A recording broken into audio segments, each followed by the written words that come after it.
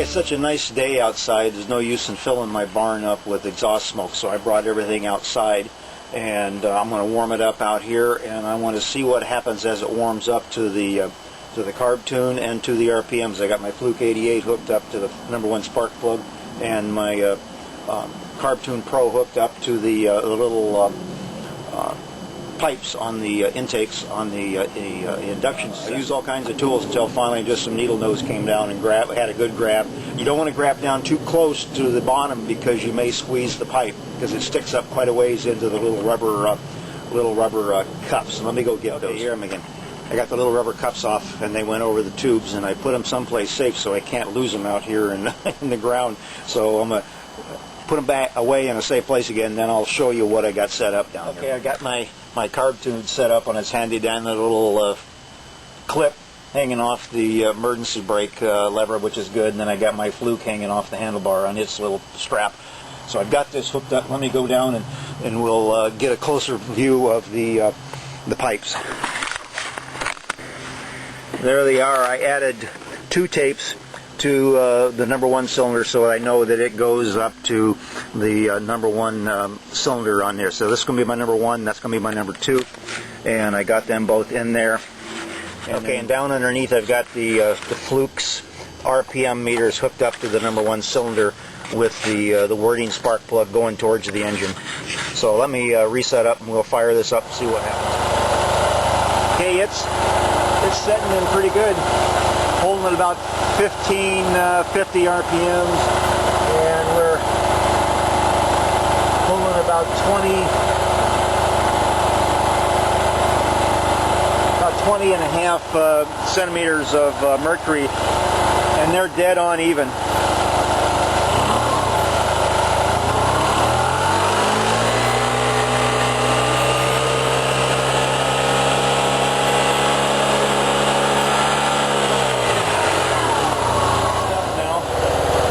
Halfway up the dial on the temperature gauge, and that's about all I've ever gotten it to come up to.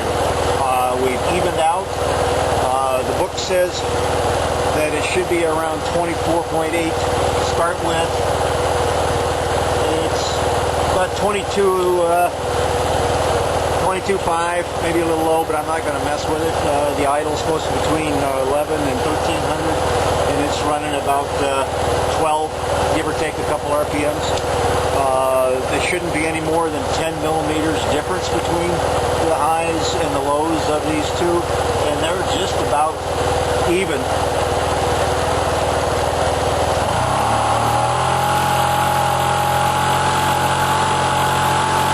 Notice how that carb tune, how those little damper tubes in here, steady as a rock. 3100 RPM.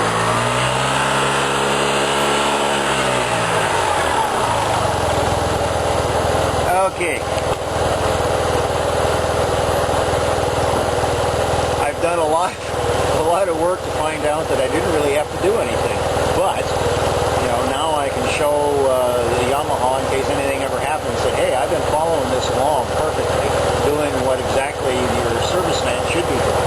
I think if I would have gotten the long 90-degree screwdriver from Sean Morgan, from the people I got the Morgan, the Carb Tune Pro from, things would have been a little easier. I think it's long enough, now that I know where everything is, that a long-handled 90-degree screwdriver, the one with the little gears on the ends, would have fit through the crowling, the bottom crowling. I kept calling it front crowling. The front crowling's up here, the bottom crowling's underneath.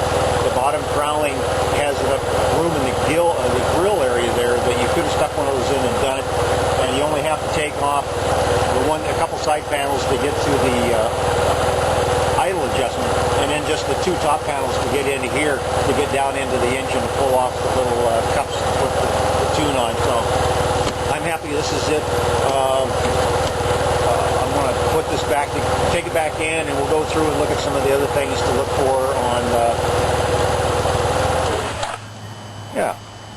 take a look at some of the other things we have to do for checking the brakes and the emergency brake settings. I hardly ever use the thing, so probably doesn't need any adjustment, but I'll do the measurements and stuff anyway.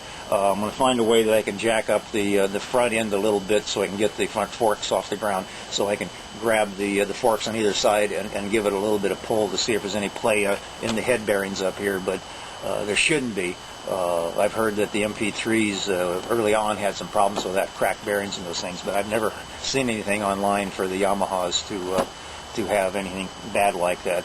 And then somebody also asked me, okay, I had a question on my one of my internet things about how do you adjust the seat. As you can see on mine, I've got a gap in between here. On your stock scooter, when you get them from the dealer, it's going to be flushed back. All you got to do is lift up the seat, and you've got, in this depression up in here, let me get a better angle. Up here where the tools are. The mechanics and the dealers probably don't think to pull out the little pocket where the tools are, because that's where the bolt heads are. You got these two 10mm bolt heads up here that come into the plate, but you only have maybe like 1.5 inches of play from all the way back to all the way front. It's not a whole lot of movement, but that difference really makes, or that movement makes a big difference in how it feels. I couldn't drive it sitting at the back, because my arms wouldn't be long enough to reach it, and I'd be really uncomfortable. My arms would be too straight to absorb any shocks or any motion. You got to have a little bit of bend in your elbow. So if I had another inch forward, it would be happier still. So remember, it's under the little, where the tool package is. Pull off that little strap, and the bolts are up or in there. So that's it.